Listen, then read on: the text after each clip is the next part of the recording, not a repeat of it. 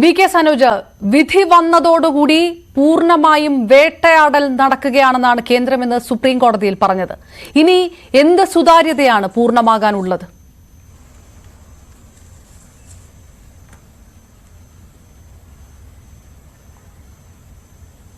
ഇവിടെ നമ്മുടെ രാജ്യത്തിന്റെ ജനാധിപത്യം വലിയ രൂപത്തിൽ അട്ടിമറിക്കപ്പെടാൻ ഇലക്ട്രൽ ബോണ്ട് വഴി കിട്ടിയ പണം ഉപയോഗപ്പെടുത്തുന്നു എന്നതാണ് നമ്മൾ കണ്ടുകൊണ്ടിരിക്കുന്നത്. അതുകൊണ്ട് വളരെ നേരത്തെ തന്നെ ഇതുമായി ബന്ധപ്പെട്ട ഏറ്റവും ശരിയായ ശക്തമായ രാഷ്ട്രീയ വ്യക്തതയുള്ള തെളിമയാർന്ന നിലപാട് CPIM സ്വീകരിച്ചിരുന്നു. ഇതിപ്പോൾ 2017 ബജറ്റിലാണ് അന്നത്തെ ധനമന്ത്രിയായിട്ടുള്ള അരുൺ ജെയ്റ്റ്ലി ഇത് സംബന്ധിച്ച ഒരു പ്രഖ്യാപനം ഇന്ത്യയുടെ പാർലമെന്റിൽ നടത്തുന്നത്. ഇന്ത്യയുടെ പാർലമെന്റിൽ അങ്ങനെ ഒരു പ്രഖ്യാപനം നടത്തുന്ന ഘട്ടത്തിൽ തന്നെ ഇത് ശരിയല്ല എന്ന് പറയാൻ ഇന്ത്യൻ പാർലമെന്റിൽ അന്ന് ഇടതുപക്ഷത്തിന്റെ അംഗങ്ങൾ തയ്യാറായിരുന്നു. ഇവിടെ ഇപ്പോൾ ഇലക്ട്രൽ ബോണ്ട് വഴി കോടികൾ ഭരിക്കുന്ന പാർട്ടിയും മറ്റ് ബൂർഷ്വാ ജനാധിപത്യ പാർട്ടികളെല്ലാം സമാഹരിച്ചിരിക്കുകയാണ്. അതിലിപ്പം ഭരിക്കുന്ന പാർട്ടി എന്ന നിലയിൽ BJPക്കാണ് ഏതാണ്ട് 7000 കോടിയോളം പണം കിട്ടിയിട്ടുള്ളത്.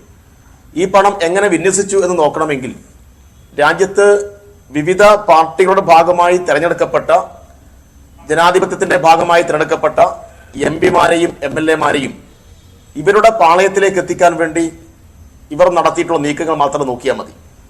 പണ്ട് ഇത്തരം നീക്കങ്ങളെ നമ്മുടെ മാധ്യമങ്ങൾ അല്ലെങ്കിൽ ഇന്ത്യയിലെ ജനാധിപത്യം അങ്ങനെയുള്ള ചില വിശേഷണങ്ങൾ നൽകിയിരുന്നു. എന്താണ് അത്? കുതിരക്കച്ചവടമാണ്. അപ്പൊ ജനാധിപത്യപരമായി തിരഞ്ഞെടുക്കപ്പെട്ട ആളുകളെ പണം കൊടുത്ത് ചാക്കിലാക്കുന്ന പരിപാടിയെ കുതിരക്കച്ചവടം എന്നായിരുന്നു പറയാറുള്ളത്. പക്ഷെ BJP അധികാരത്തിൽ വന്നതിന് ശേഷം അമിത്ഷായുടെ ഇത്തരം നീക്കങ്ങളെ, നരേന്ദ്രമോദിയുടെ ഇത്തരം നീക്കങ്ങളെ ചാണക്യതന്ത്രം എന്ന ഓമന പേരിട്ടാണ് വിളിക്കുന്നത്. ഇപ്പൊ യഥാർത്ഥത്തിൽ എവിടെ നിന്ന് കിട്ടുന്നു ഈ പണം എന്നത് നമ്മൾ കുറെ കാലമായി ചോദിച്ചുകൊണ്ടിരിക്കുന്ന ചോദ്യമാണ്. ഇപ്പൊ ഹിമാചൽ പ്രദേശിൽ കോൺഗ്രസ് ആണ് അവിടെ ജയിച്ച് ഭരണം നടത്തുന്നത്. അവിടെ MLA-മാർ ഭൂരിപക്ഷം കോൺഗ്രസ് ആണ്. പക്ഷെ അവിടെ കഴിഞ്ഞ രാജ്യസഭയിലേക്ക് നടന്ന തെരഞ്ഞെടുപ്പിൽ കോൺഗ്രസിന്റെ MLA-മാരുടെ വോട്ട് BJPയുടെ രാജ്യസഭാ സ്ഥാനാർത്ഥിക്ക് സമാഹരിക്കാൻ വേണ്ടി കഴിയുന്നു. എങ്ങനെ കഴിയുന്നു? പണമാണ് പ്രധാനം. അപ്പൊ പണം കൊടുത്തിട്ട് MLA-മാരെ വിലക്കെടുക്കുന്നു, പണം കൊടുത്തിട്ട് മന്ത്രിസഭയെ തന്നെ വിലക്കെടുത്തു.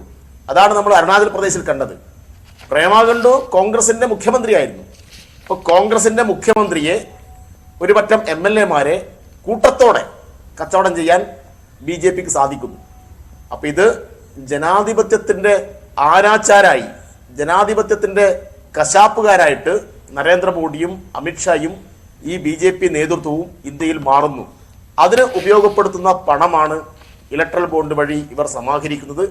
അതുകൊണ്ട് ഇലക്ട്രൽ ബോണ്ട് വഴി ഇത്തരം പണസമാഹരണവും അതുമായി ബന്ധപ്പെട്ട വിവരങ്ങളും പൂർണ്ണമായും നമ്മുടെ രാജ്യം മനസ്സിലാക്കിയിരിക്കുന്നു. ഇന്ത്യ കണ്ട ഏറ്റവും വലിയ അഴിമതിയായിട്ട് ഇത് മാറിയിരിക്കുന്നു. അതുകൊണ്ട് ഇത് ജനാധിപത്യ ഇന്ത്യ ഇത്തരം അഴിമതി വീരന്മാരെ പുറംതള്ളും എന്ന കാര്യത്തിൽ തർക്കമില്ല. പണ്ട് ബൊഫേഴ്സിലാണ് രാജീവ് വീണതെങ്കിൽ ബോണ്ടിൽ നരേന്ദ്രമോദി വീഴും എന്ന കാര്യത്തിൽ തർക്കമില്ല.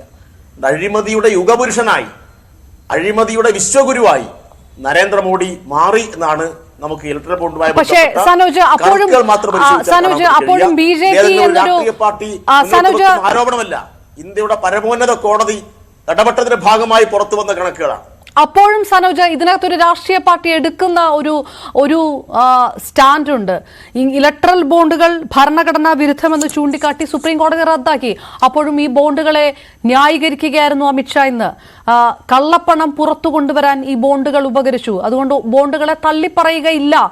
കോടതിയുടെ ഉത്തരവിനെ, കോടതിയുടെ നിലപാടിനെ മാനിക്കുന്നു. പക്ഷേ പാർട്ടിയുടെ ആ നിലപാടിനെ ഞങ്ങൾ തള്ളിപ്പറയുന്നില്ല എന്നൊരു ഉറച്ച നിലപാടിലേക്ക് അമിത്ഷാ പോയി.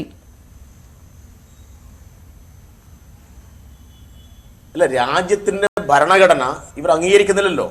ഇപ്പൊ CAA നിയമം നടപ്പാക്കുന്നതോടുകൂടി നമ്മുടെ രാജ്യത്തിന്റെ ഭരണഘടന മുന്നോട്ട് വെക്കുന്ന സമത്വം എന്ന അടിസ്ഥാന സങ്കല്പത്തെയാണ് ഇവർ തള്ളിക്കളയുന്നത്. അപ്പോൾ BJPയുടെ നേതാക്കന്മാർ ഇത്തരം പ്രസ്താവനകൾ നടത്തുന്നതിൽ ഒരു അത്ഭുതവും നമ്മൾ കാണേണ്ടതില്ല.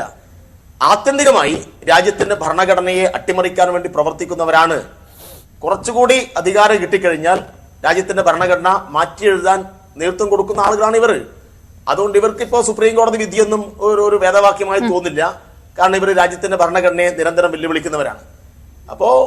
പക്ഷെ ഒരു കാര്യമുണ്ട്, ജനാധിപത്യമാണല്ലോ ഇവിടെ.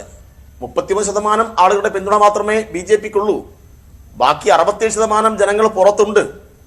അതുകൊണ്ട് ജനാധിപത്യ ഇന്ത്യയിൽ ഏറ്റവും നിർണായകമായിട്ട് രാഷ്ട്രീയ പോരാട്ടം വരാൻ വേണ്ടി പോവുകയാണ്.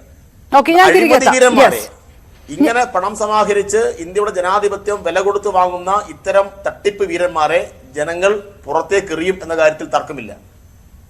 ഞാൻ തിരികെ എത്താം. സനോജ്, BJP നേതാവ്